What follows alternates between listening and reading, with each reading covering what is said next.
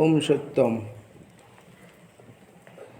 আজকের এই বৃহস্পতিবারে হোমানুষ্ঠানের পর যে সৎসঙ্গ আলোচনা, তাতে প্রথমেই আমি সত্যায়তনের প্রাণপুরুষ যোগজীবনানন্দ স্বামীজির চরণে শতকোটি প্রণাম, সত্যায়তনের আচার্যকুলকে প্রণাম, আজকের এই সৎসঙ্গে উপস্থিত গুরুমা সহ অন্যান্য যারা উপস্থিত আছেন সকলকে আমার যথাযোগ্য শ্রদ্ধা সম্মান শুভেচ্ছা জানিয়ে আজকের সৎসঙ্গে সামান্য একটু আলোচনা করব।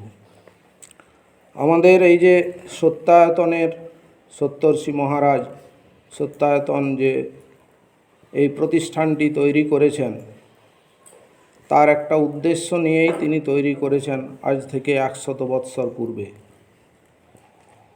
তখন দেখুন এই এলাকাটা কিছুই ছিল না, গণ্যগ্রাম জঙ্গলে পরিপূর্ণ।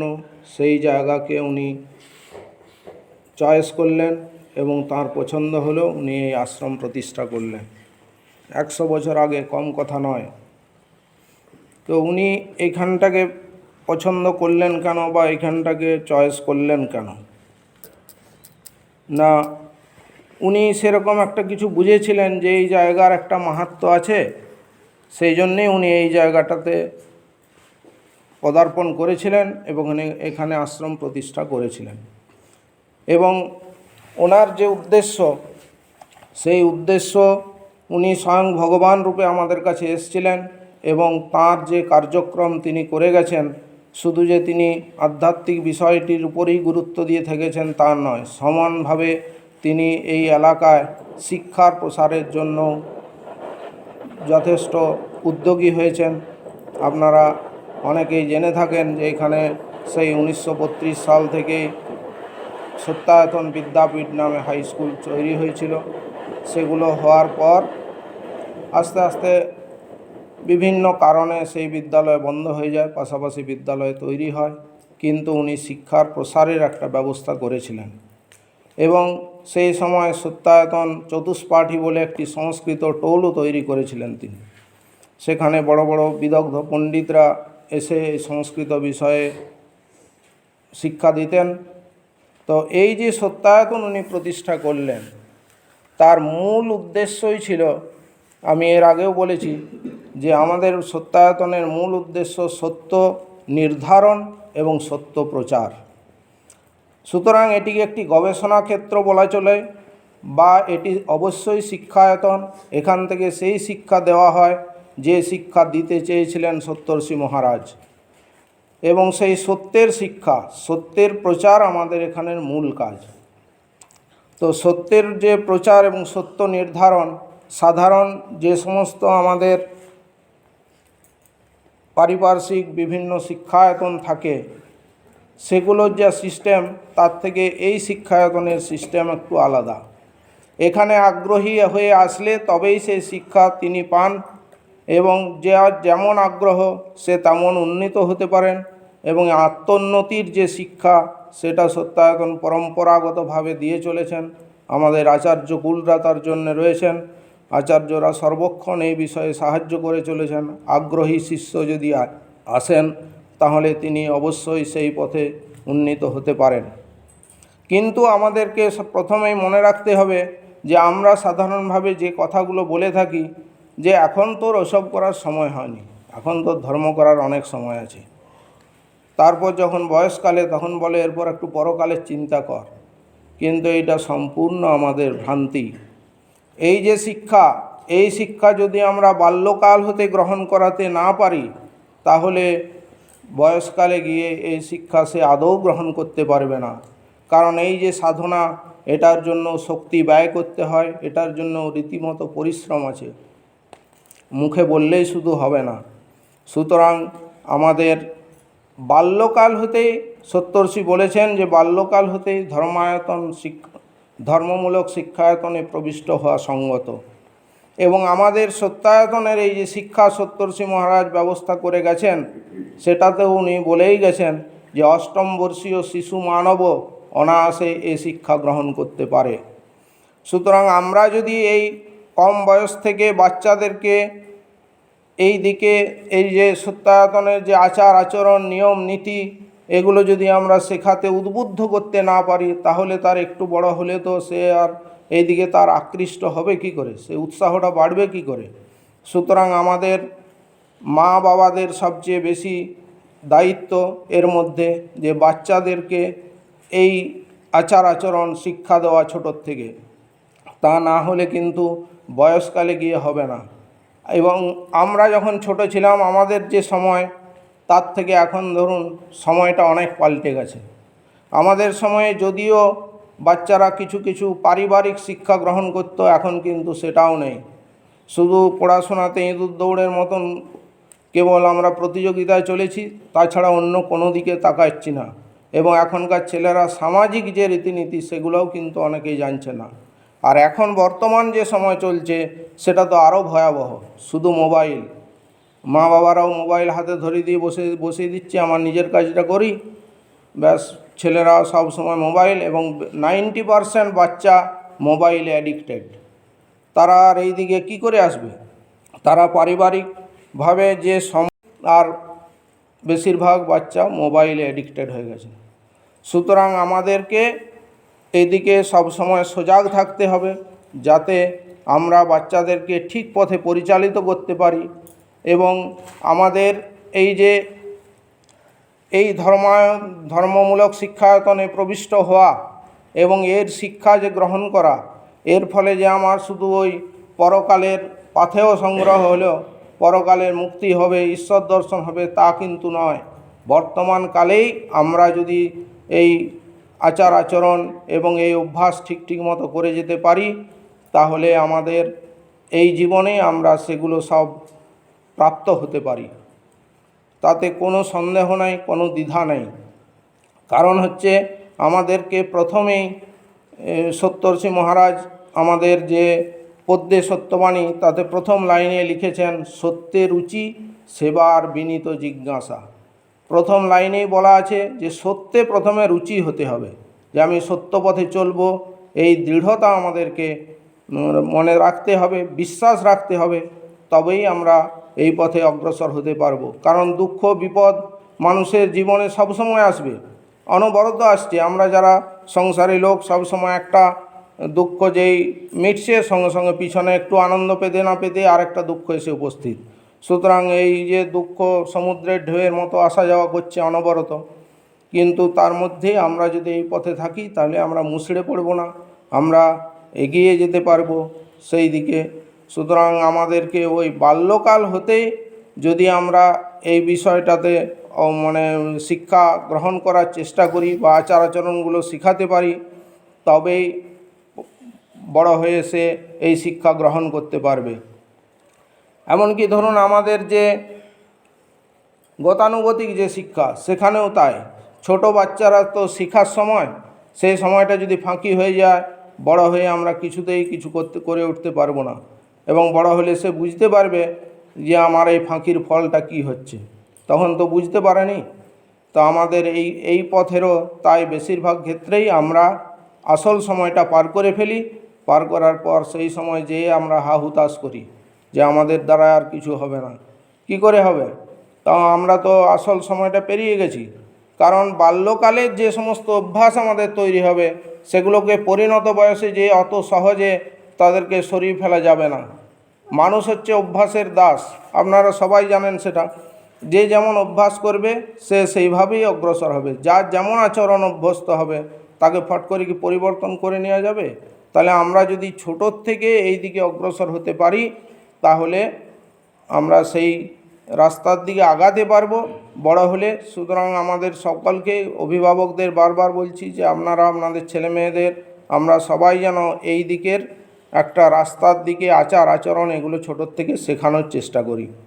এবং এইটা বিশ্বাসের মধ্যে আনতে হবে যে এইভাবে চললে আমার জীবনে সব কিছুই ভালো হবে, কোনোটাই খারাপ হবে না। আর যেটুকু আমাদের আপদ বিপদ আসবে, তাতেও আমরা বিমূঢ় হয়ে পড়ব না। মানে একবারই যে আমরা কি হয়, অনেক সময় মানে আর ধৈর্যই রাখতে পারি না, সব ভেঙে পড়ি, মানে সব ছেড়ে ছুড়ে দিয়ে হাউ হুতাশ করতে থাকি। তা নয়, ধৈর্য ধরতে হবে। সেই সময় আমাদের যদি এই শিক্ষা থাকে, আমরা ধৈর্য ধরে সেই বিপদ থেকে কাটিয়ে উঠতে পারবো। এবং এই যে বিপদ থেকে কাটিয়ে ওঠা শুধু নয়, এই যে আত্মোন্নতি যদি হয় তবেই তো আমরা সেই ধৈর্য রক্ষা করতে পারবো, না হলে তো ধৈর্য রক্ষা করতেই পারবো না। শুধু অর্থ দিয়ে সব কিছু হয় না, কারণ অর্থ আজ আছে কাল না থাকতে পারে। মানসিক দৃঢ়তা যদি আমাদের সর্ববিষয়ে থাকে তাহলে আমরা সেই বিপদও কাটিয়ে উঠতে পারবো, আর সেই বিপদ থেকে আমরা আবার ঠিক পথও ধরতে পারবো। সুতরাং এই দিকটা আমাদের নজর রাখা দরকার। এবারে ধর্ম এই বিষয়টাতে আমি এই সত্যবাণী থেকে একটু পাঠ করব। কেবলমাত্র সাম্প্রদায়িক অনুষ্ঠানের মধ্যেই ধর্ম নিহিত নাই। ঈশ্বরের উপাসনা বিধি বা সিদ্ধান্ত বাক্য নিয়ে বাদানুবাদী ধর্মের স্বরূপ নয়। পরকালে কল্পিত স্বর্গলাভ বা ঈশ্বর সান্নিধ্য লাভ, দেহাবসানে মোক্ষ বা মহাপরিনির্মাণ লাভ করাই ধর্মের একমাত্র পরিণাম নয়। মানবের পার্থিব জীবনে শান্তি, কর্মপ্রচেষ্টায় সততা ও সাফল্য, সংসার যাত্রায় সচ্ছল সাম্য, দেহে স্বাস্থ্য, চিত্তে উদার পবিত্রতা, মনে দৃঢ়তা ও সংযম, সমাজে সংহতি ও সমবায়, রাষ্ট্রে ন্যায় ও সুনিয়ন্ত্রণ, সর্ববিষয়ে সন্তুষ্টি ও সার্থকতা লাভ করতে যা কিছু করা প্রয়োজন তার সব কিছুই ধর্ম। পার্থিব কর্ম ও সংসার যাত্রার কর্তব্য ধর্মের বাইরের জিনিস নয়। যে শিক্ষা দীক্ষা মানুষকে যথার্থ মনুষ্যত্বের উচ্চতম আদর্শে উপনীত করে, বিধিবদ্ধ প্রণালীতে তার অনুসরণ করাই তপস্যা। প্রত্যেকটি মানুষের অন্তর্নিহিত প্রসুপ্ত শক্তি প্রবুদ্ধ করার ঐকান্তিক সাধনাই উপাসনা।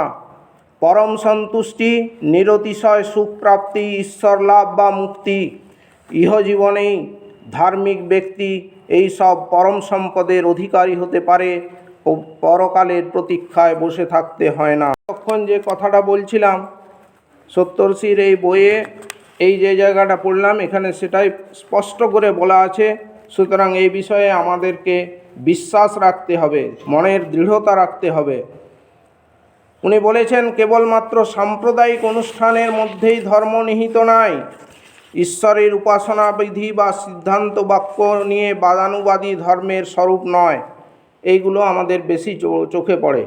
সাম্প্রদায়িক যে সমস্ত রীতিনীতি সেগুলো নিয়েই যত ভেদাভেদ, মারামারি, কাটাকাটি, সেগুলো কিন্তু মানব ধর্মের আসল বিষয় নয়।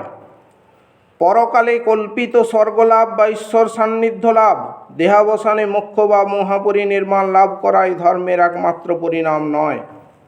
দেখুন, আমরা আগেও আমি বললাম এই কথা যে শুধু ওই পরকালে যে স্বর্গলাভ হবে এইটাই আমাদের লক্ষ্য নয়, আর এটাই ধর্মের একমাত্র পরিণামও নয়।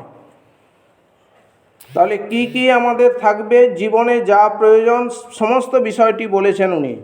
পরকালের মানবের পার্থিব জীবনে আমরা যে জীবনযাত্রা নির্বাহ করছি সেই জীবনে আমাদের শান্তি, কর্মপ্রচেষ্টায় সততা ও সাফল্য। সততার সঙ্গে কর্ম যদি আমরা করতে থাকি সাফল্য অবশ্যই পাব। সেই বিষয়ে আমাদেরকে বিশ্বাস, দৃঢ়তা মনে রাখতে হবে। হতাশ হয়ে পড়লে কিন্তু হবে না। সংসার যাত্রায় সচ্ছল সাম্য। সপ্তর্ষি আরেক জায়গায় বলেছেন বইয়ে, ওনার লেখাতে, যে বহু ধনাগম অপেক্ষা অভাবশূন্য নির্ধনীর অবস্থা বহু গুণে বরণীয়। আমরা অনেক সময় ভেবে থাকি ওর প্রচুর টাকা আছে মানে ওর আর কোনো অসুবিধা নেই, ও খুব সুখে আছে। কিন্তু বাস্তবে তা হয় না, টাকা থাকলেই সুখ আসে না। তো সেই জন্যে সপ্তর্ষি বলেছেন যে প্রচুর ধন থাকবে তার থেকে যার অভাব নেই, সচ্ছলভাবে সাম্য বজায় রেখে পেরিয়ে যাচ্ছে, সেটাই বেশি বরণীয় বলেছেন। সেই জন্য উনি বলেছেন কি, যে দেহে স্বাস্থ্য, চিত্তে উদার পবিত্রতা, সংসার যাত্রায় সচ্ছল সাম্য। সংসার যাত্রায় যাতে অভাবটা না থাকে, ভালোভাবে যেন আমরা চলে যাই, আটকে যেন না যায় আমাদের দেহের স্বাস্থ্য। দেহের স্বাস্থ্য বলতে আমাদের স্বাস্থ্য রক্ষার জন্য যে নিয়মকানুন আছে, যে খাদ্যাভ্যাস তৈরি করার কথা, সেগুলো যাতে থাকে, তাহলেই তো স্বাস্থ্য থাকবে। স্বাস্থ্য ঠিক না থাকলে তো আমাদের কোনো কাজই আমরা করতে পারবো না। চিত্তে উদার পবিত্রতা, মনে সবসময় পবিত্র ভাব থাকবে এবং মন উদার থাকবে, হৃদয় সবসময় উন্মুখ হয়ে থাকবে উদারতার পথে। মনে দৃঢ়তা ও সংযম, মনের দৃঢ়তা তো থাকতেই হবে প্রথম কথা, আর তার সঙ্গে সঙ্গে সংযম রক্ষা করে চলতে হবে। তো সংযম আমরা রক্ষা করব কি করে? আমরা সংযম শুধু মুখে বা সাধারণ যে বুদ্ধি, সেই বুদ্ধি বলে ব্যবহারিক বুদ্ধি দ্বারা সে যতই মেধা সম্পন্ন হোক, এই বুদ্ধি দ্বারা সংযমকে রক্ষা করা যায় না। আমরা দেখতে পাচ্ছি সমাজে কত রকম কত অসংযমী ঘটনা ঘটে যাচ্ছে। হয়তো অনেক বড় বড় উচ্চশিক্ষিত লোক, তাদেরও নানা রকম ঘটনা ঘটছে সংযমের অভাবে। সুতরাং সংযম মানে মনের দৃঢ়তা, আর সংযমটা মনের ভেতর থেকে হতে হবে। মন দৃঢ় থাকবে, সংযমটা ভেতরের থেকে হবে, শুধু জোর করে নয়। আমি ওই জিনিসটা পরিত্যাগ করব, সেটা যদি আমি মন থেকে করি পরিত্যাগ, তবেই আমার পরিত্যাগ করা হবে। আর আমি যদি জোর করে পরিত্যাগ করি, যখনই সুযোগ পাবো আবার সেই জিনিসটাই গ্রহণ করে ফেলব। এইটাই মানুষের ধর্ম এবং মনেরও তাই ধর্ম। সুতরাং সংযমকে রক্ষা করতে হবে, মনের দৃঢ়তাও রাখতে হবে, সংযমও বজায় রাখতে হবে। সমাজে সংহতি ও সমবায়, সমাজে কেমন চলবে সেটাও উনি বলেছেন। রাষ্ট্রের ন্যায় ও সুনিয়ন্ত্রণ, আমরা সবসময় চাই দেশের, আমাদের রাষ্ট্রের যে শাসন ব্যবস্থা তা যেন সুনিয়ন্ত্রিত থাকে এবং ন্যায়সঙ্গত থাকে, কিন্তু বর্তমান যুগে আমরা সেটারই অভাব দেখতে পাচ্ছি। সুতরাং রাষ্ট্র কেমন হবে সে কথাও উনি এই বইয়ে বলে গেছেন। রাষ্ট্রের ন্যায় এবং সুনিয়ন্ত্রণ, সর্ববিষয়ে সন্তুষ্টি ও সার্থকতা লাভ করতে যা কিছু করা প্রয়োজন তার সব কিছুই ধর্ম।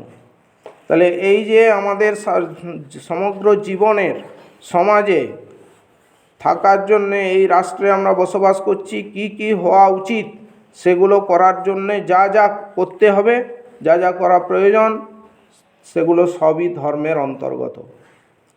পার্থিব কর্ম ও সংসার যাত্রার কর্তব্য ধর্মের বাইরের জিনিস নয়। আমি শুধু আশ্রমে এসে ধর্ম করলাম, বা কোনো একটা ধর্মীয় স্থানে গেলাম, কোনো একটা মন্দিরে গেলাম, সেখানেই ধর্ম করলাম, আর বাড়িতে আমার যে সমস্ত সারাদিনের যে পার্থিব কর্ম, সংসারের যে সমস্ত কর্ম, সেখানে আমি যে কর্তব্য সেগুলো ঠিক মতো পালন করলাম না, তাহলে তো আমার ধর্ম পালন হলো না। ওইগুলো কিন্তু ধর্মের মধ্যে।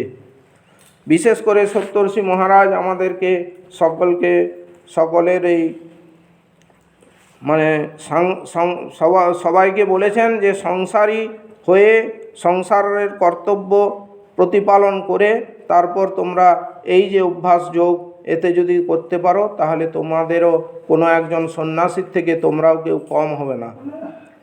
সুতরাং এই বিষয়গুলো আমাদের ধর্মের বাইরে নয়। গৃহস্থের বা সংসারের বা পার্থিব যে সমস্ত কর্ম আমরা সকাল থেকে করে চলি, যে অনুসরণ করাই তপস্যা। তাহলে যে সমস্ত শিক্ষা আমাদেরকে ওই উন্নত হতে সাহায্য করবে যথার্থ মনুষ্যত্বের উচ্চতম আদর্শে।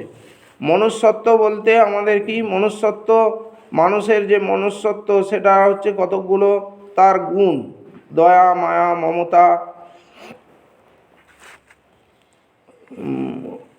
পরশ্রীকাতরতা না থাকা, পরের আনন্দে আনন্দিত হওয়া, এই যে গুণগুলো, এই গুণগুলো আমাদের মনুষ্যত্বের এক একটা গুণ। তো এই গুণগুলো মানুষকে অভ্যাস করে অর্জন করতে হয়। যারা এই আত্মিক উন্নতির পথে না থাকবে, আত্মিক উন্নতির চেষ্টা যারা না করবে, তাদের পক্ষে এই গুণগুলো সবসময় মনের ভেতর থেকে আসবে না। যেটুকু হয় সেটুকু আমরা সমাজে দেখতে পাই, লোক দেখানো, নাম কুড়ানোর জন্য, অন্য কিচ্ছু না। তার ভেতরে ফাঁকা। আর যে মন থেকে করবে সে শুধু করেই যাবে, সে কাউকে বলবেও না, প্রচারও করবে না। বিধিবদ্ধ প্রণালীতে তার অনুসরণ করাই তপস্যা। প্রত্যেকটি মানুষের অন্তর্নিহিত প্রসুপ্ত শক্তি প্রবুদ্ধ করার ঐকান্তিক সাধনাই উপাসনা। মানে এই কথাটা অনেক বড় কথা। আমরা সবাই জানি যে আমাদের প্রত্যেক মানুষের ভেতরে যে শক্তি আছে, তাকে সেই শক্তিকে জাগ্রত করাই আমাদের সাধনা। শক্তি কাউকে আমাদের বাইরে থেকে অর্জন করতে হয় না, প্রত্যেক মানুষের ভেতরেই শক্তি আছে। সেই শক্তিকে আমরা বিধিবদ্ধ প্রণালীতে, এবং আমরা যারা সত্যাশ্রয়ী, যারা সত্যায়তনের পথকে অনুসরণ করেছি, তারা সত্যায়তনের যে বিধিবদ্ধ প্রণালী, সেই প্রণালীতে আমরা অনুশীলন করে, অভ্যাস যোগ করে আমরা সেই ভেতরের শক্তিকে, যে ঐকান্তিক শক্তিকে যে জাগ্রত করা, সেটাই হচ্ছে আমাদের উপাসনা এবং সেটাই সাধনা। পরম সন্তুষ্টি, নিরতিশয় সুখ প্রাপ্তি, ঈশ্বর লাভ বা মুক্তি।